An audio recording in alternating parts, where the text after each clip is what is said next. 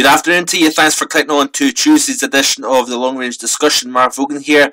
And the models continue to suggest, folks, that we are going to be seeing some large-scale major changes in the overall pattern across Europe.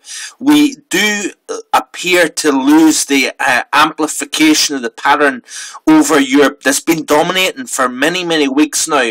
What does that mean? We've had high pressure dominating over the western continent, pumping warmer, unusually warmer, up through Spain, France, and into the UK and Ireland as well. On the downwind side of that jet stream surging northwards, we've had a major dip in that jet stream.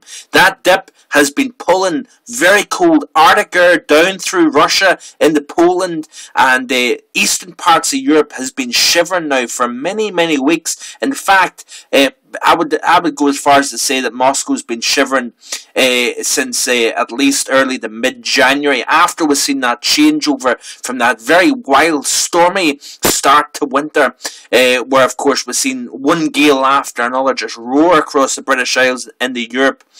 That pattern then changed from around early to mid-January, and what we started to see was the region starting to take place over the UK and Ireland, when we of course seen a major cold spell over the continent. But that persistency in the Azores high really stopped that frigid air mass from coming further west and into the UK and Ireland.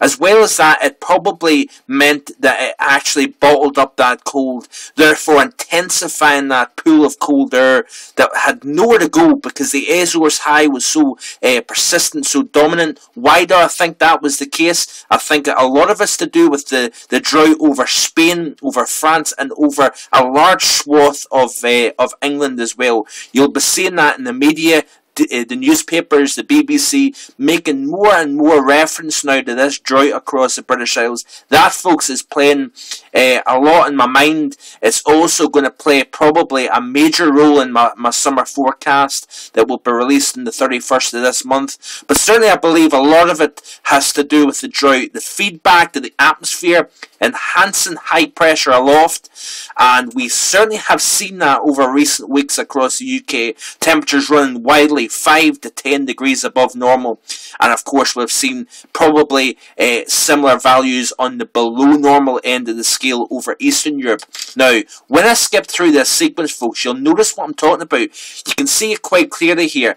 By Thursday, very classic setup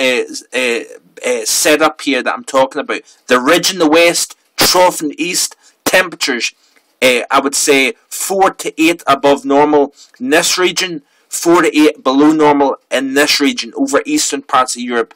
We need to lose this wavy up amplified jet stream in order to see things moderate both in the west and in the east in terms of the significantly high or low departures from normal.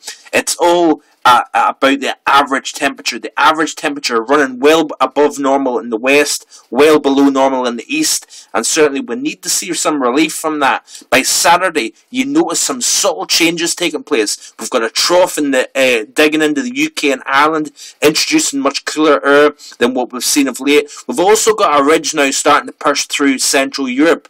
Now, do we see this trough so persistent starting to get kicked out? Yeah, because we've got the trough in the west, we've got that ridge getting shifted further east. That is going to kick out this trough here. So let's skip ahead to Monday of the 19th. Notice here, we've gone is that ridge, gone is the trough. The atmosphere has changed. Jet stream orientation has now shifted west to east rather than up and down. That, folks, is what we need to see in terms of seeing more normal conditions both across the UK and actually above normal conditions over in the east.